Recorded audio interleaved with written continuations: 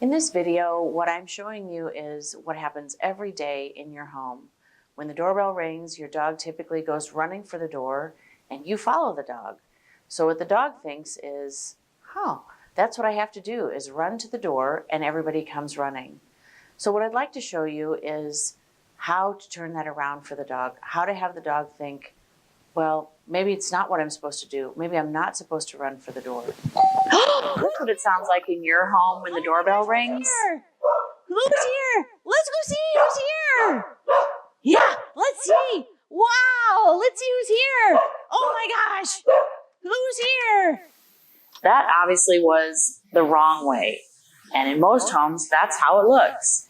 In everything that we think of in dog training, when we're looking at it from a positive perspective, we're looking for, what is the dog doing? Did they do what I asked them to do? And when they do, then they're going to get a treat.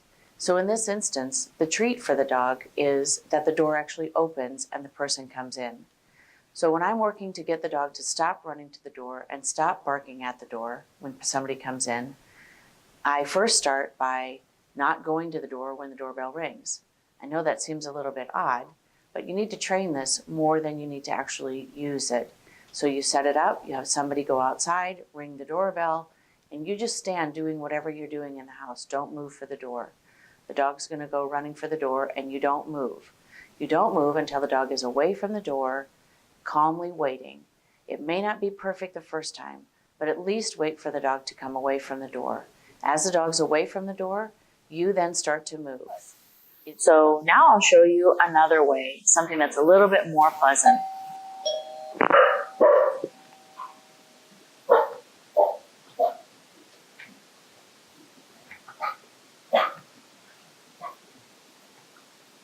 Good boy.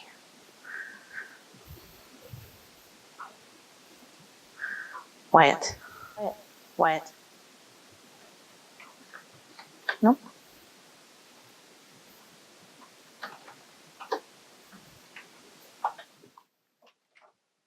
Hi, come like on a in. game of red light, green light.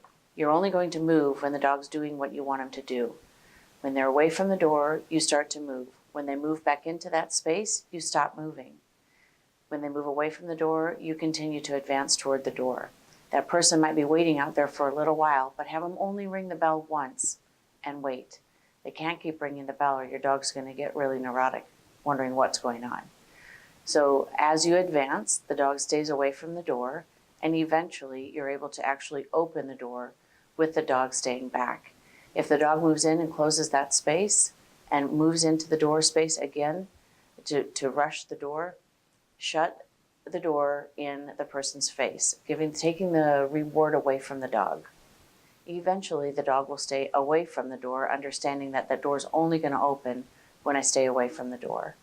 So eventually what you're looking for is a dog that will actually sit and stay away from the door.